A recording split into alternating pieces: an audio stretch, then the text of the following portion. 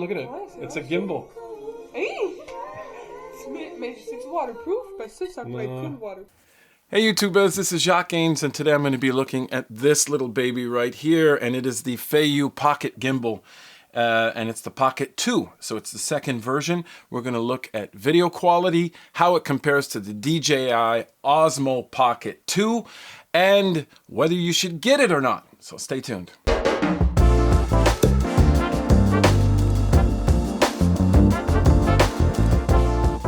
So guys, I thought maybe I could kill two birds with one stone, and it's funny because I'm in a cemetery, so killing two birds with one stone is a very interesting expression.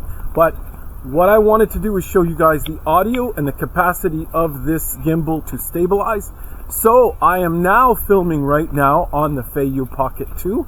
So you're going to see the image. What I like is that we're in the shaded area, so you can see how well the camera itself adjusts. For a dark guy like me, does it compensate? Does it do the job? You're looking at the images. You guys can tell what happens. And you can hear what's going on as well.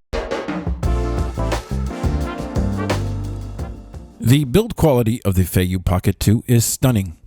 The build of this gimbal is tank-like in every way.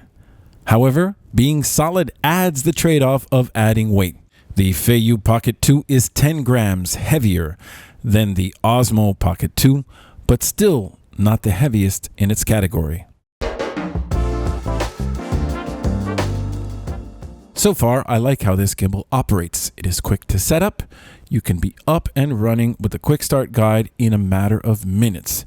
The instructions for both the standalone gimbal and gimbal Feiyucam app are very clear.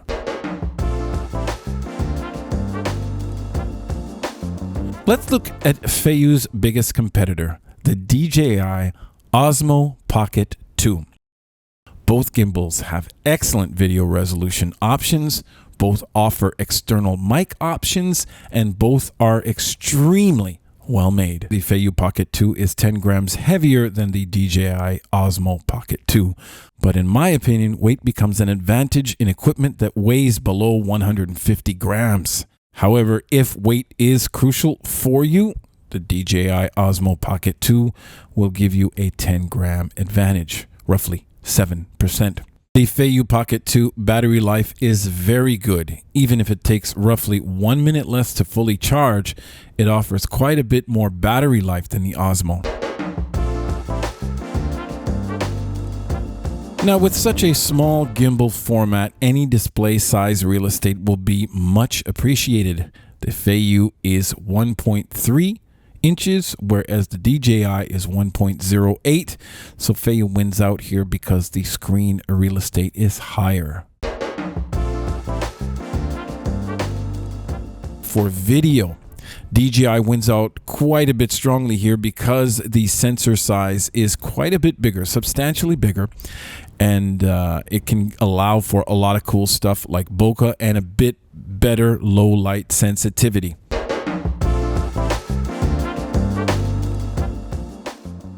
This gimbal has a 130-degree wide angle. What's really fun is you can bring it in to about this, have it right next to your face, and blog, and it's fine.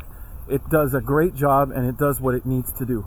So by having it closer to you, if you do not have the accessory for external audio, you can still get good audio that's pretty sharp because you're closer to the actual device, and you can get a field of view where you can see yourself anyway. So with the DJI, you get roughly a 90-degree angle for your viewing, and with the Feiyu, you get a 130-degree angle. But with wide angle comes image distortion. If this image distortion bothers you, you might be better off with the DJI Osmo Pocket 2.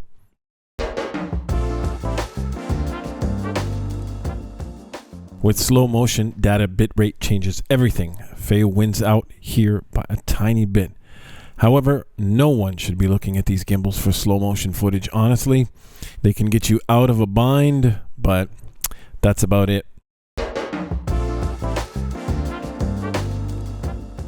The Feiyu Pocket 2 wins out on video playback. Unlike the Osmo Pocket 2, the Feiyu has a built-in speaker for playback, so you can actually listen to audio on the device. None of these gimbals are waterproof. However, the Osmo Pocket has an additional waterproof casing. So if you do need that option for those people who are more sporty, you might want to get the DJI Osmo Pocket 2. The available gimbal modes for the Feiyu Pocket 2 are all follow, pan, follow, flip, and recenter that you can activate with a double click of the joystick. I have one word for the stabilization of this little baby. Wow! While others were very good, the vlogger in me was astounded by the pan mode. It is extremely stable, and when used in conjunction with smooth settings, the pan mode is quite simply perfect. It really takes you to where you want to go, and the image you get in the end is what you expect.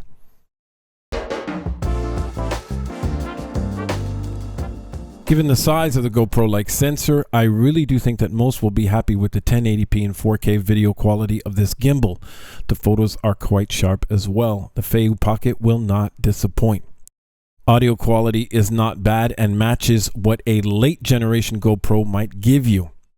If good audio is important for you, you will need to consider some of the upcoming audio adapter accessories. Overall, my experience with this miniature gimbal has been nothing but fantastic. What impressed me the most is the ease of use of this type of gimbal. I really think that I will most likely be adding this gimbal to my arsenal of vlogging equipment. I will give this gimbal a huge thumbs up.